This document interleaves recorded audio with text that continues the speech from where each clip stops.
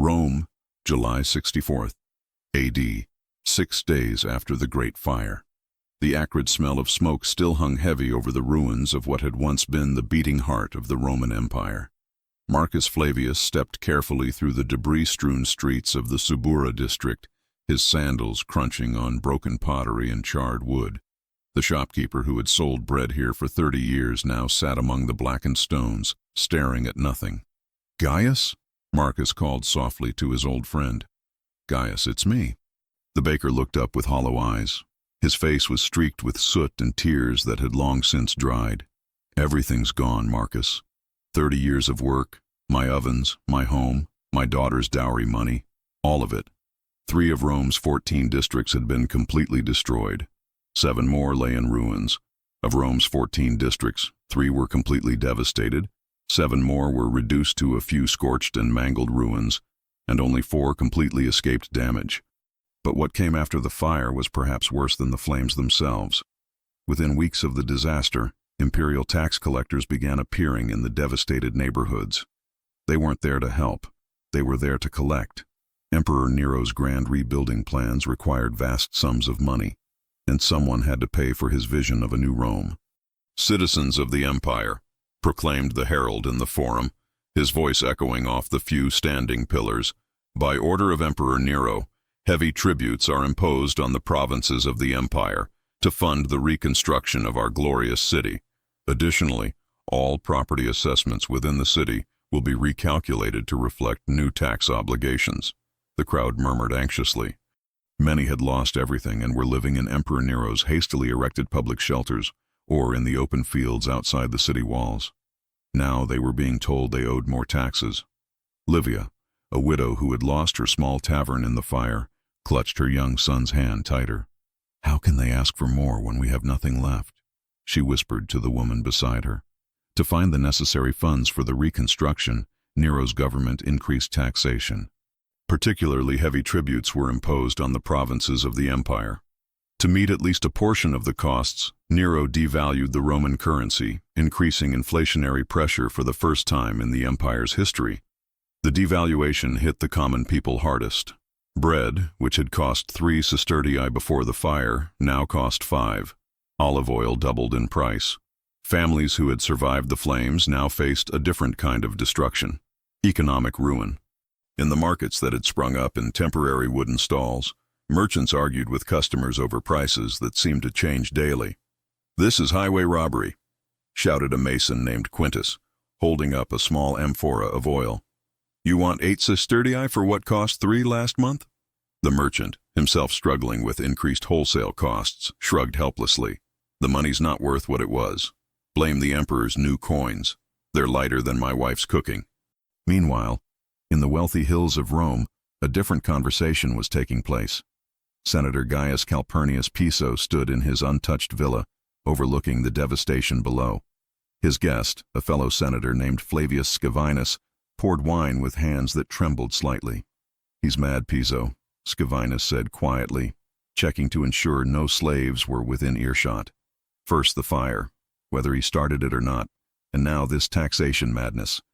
Debris from the fire was used as fill for the nearby malaria-infested marshes. He's turning our sacred city into his personal playground and making us all pay for it." Piso nodded grimly. The emperor's new palace, the Domus Aurea, was already taking shape on the cleared land where thousands of Roman homes had once stood. The Golden House, they called it. For the common people sleeping rough in the Campus Martius, the irony was bitter. As autumn approached, the true scope of Nero's economic policies became clear. Provincial governors received harsh demands for increased tribute payments. Cities that had supported Rome for generations suddenly found themselves struggling under crushing tax burdens.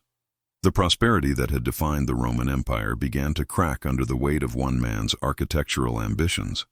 Back in the ruins of the Subura, Marcus Flavius helped his friend Gaius load a small cart with salvaged belongings. The baker had made a decision. He was leaving Rome. "Where will you go?" Marcus asked. "My brother has a farm near Brundisium," Gaius replied, his voice heavy with resignation. "The land is hard, but at least it's honest work. Here."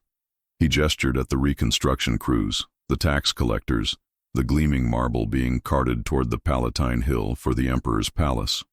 "Here, we're just feeding a monster." As they walked through the streets where new, wider roads were being laid according to Nero's grand design, they passed a group of Christians being led away in chains. The emperor had found his scapegoats for the fire, but everyone knew the real reason for the arrests. Nero needed someone to blame for his own excesses. "Look away," Marcus whispered as they watched a young Christian woman stumble under the weight of her shackles. "There's nothing we can do."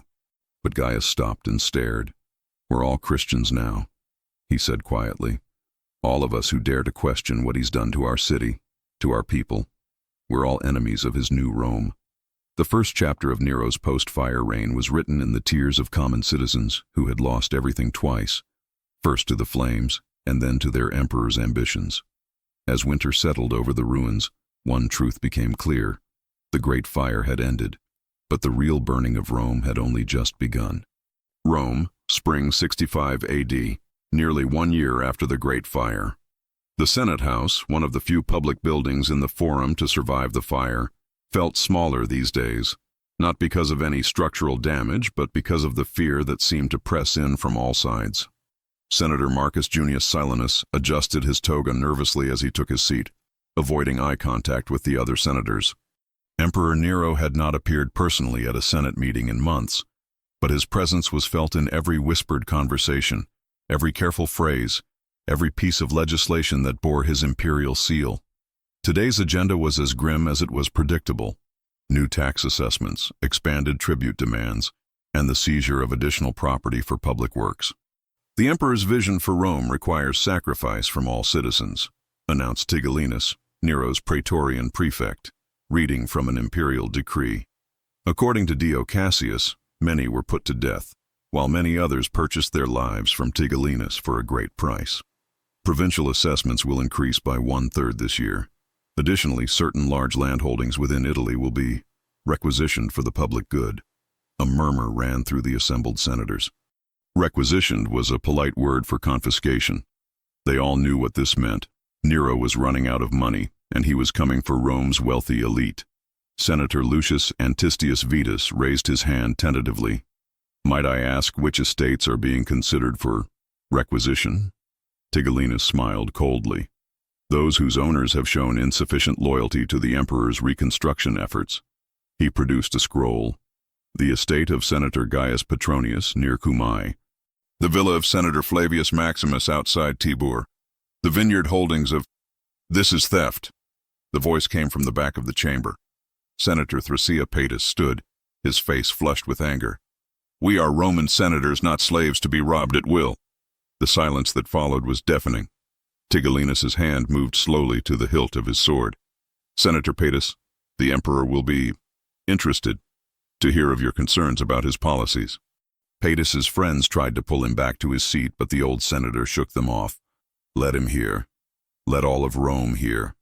Like Caligula, when he began to run out of money, Nero resorted to robberies and cruel blackmail. This emperor has turned our empire into his personal treasury, and our citizens into his personal slaves. Within 3 days, Senator Thrasea Paetus was dead, officially by suicide, though everyone knew he had been given the choice between poison and crucifixion. His estate was immediately donated to the imperial treasury for the reconstruction effort. The message was clear. Opposition to Nero's policies was treason, and treason was death. In the provinces, the situation was even more dire. Governor Lucius Clodius Macer in Africa faced an impossible situation.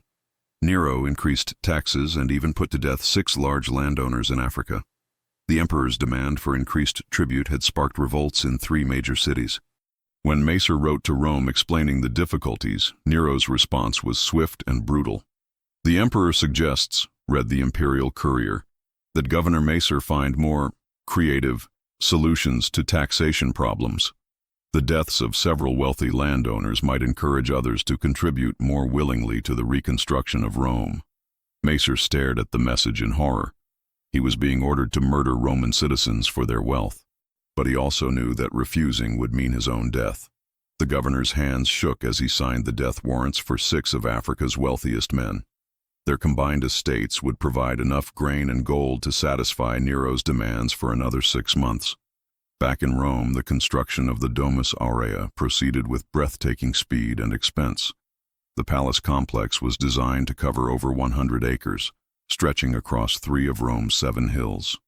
One of the great building projects in the aftermath of the fire was Nero's new palace complex, known as the Domus Aurea, in an area cleared by the fire.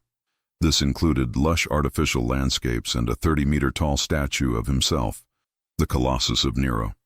The architect Severus met with Nero in the palace's unfinished banquet hall, where walls were being covered with sheets of gold leaf. "Caesar," he said carefully, "the artificial lake you've requested will require diverting 2 aqueducts. The cost will be—" "Spare me the details." Nero waved dismissively, admiring his reflection in a gold-trimmed mirror. "Money is no object. If we need more, raise taxes. If the provinces complain, remind them that they serve Rome, not the other way around." "But Caesar, the Senate is already grumbling about the current assessments." Nero's eyes flashed dangerously. "The Senate grumbles because they're old women afraid of progress. Let them grumble. But let them also remember what happened to Thrasea Paetus." As construction continued, Rome's political landscape shifted dramatically. In AD 65, Gaius Calpurnius Piso, a Roman statesman, organized a conspiracy against Nero with the help of Subrius Flavus and Sulpicius Asper, a tribune and a centurion of the Praetorian Guard. The conspiracy was born not just from personal ambition, but from desperation, as Rome's ruling class watched their emperor transform the empire into his personal piggy bank. The conspirators met in secret in Piso's villa, their conversations hidden by the sound of construction from the nearby palace works. "He's bleeding the empire dry," whispered Senator Flavius Scaevinus. "The provincial governors are writing that their cities are on the verge of revolt. The people can't bear any more taxation." Subrius Flavus, a veteran centurion of the Praetorian Guard, nodded grimly. "My men are asking questions. They see the emperor's gold while their pay gets lighter coins. How long before they stop following orders?" But conspiracy in Nero's Rome was a dangerous game. The freedman Milicus discovered the conspiracy and reported it to Nero's secretary, Epaphroditus. Within hours, the Praetorian Guard was arresting conspirators throughout the city. The trials that followed were swift and brutal. Under torture, senators who had never even heard of the conspiracy found themselves confessing to treason. Nero used the trials as an opportunity to seize more property. Every condemned conspirator's estate was forfeited to the imperial treasury. Senator Lucius Annaeus Seneca, Nero's former tutor and advisor, received visitors in his villa outside Rome. He knew what was coming.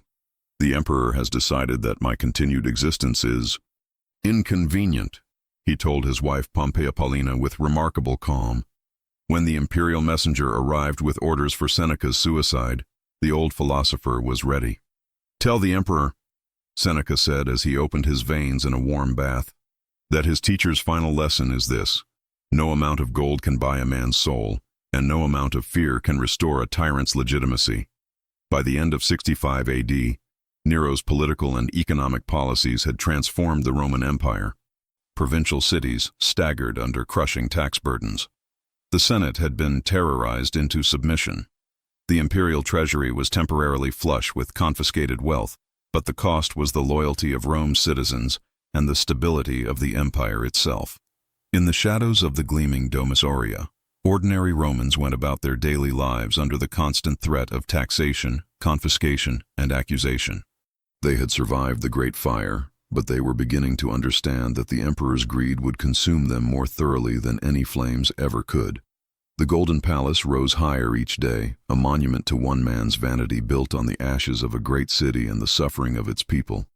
But in the darkest corners of Rome, whispers began to spread. Whispers of rebellion, of change, of a future, without the tyrant who had turned their empire into his personal treasure house. The political fire that Nero had started with his post-Great Fire policies was beginning to burn out of control, and this time there would be no stopping the flames.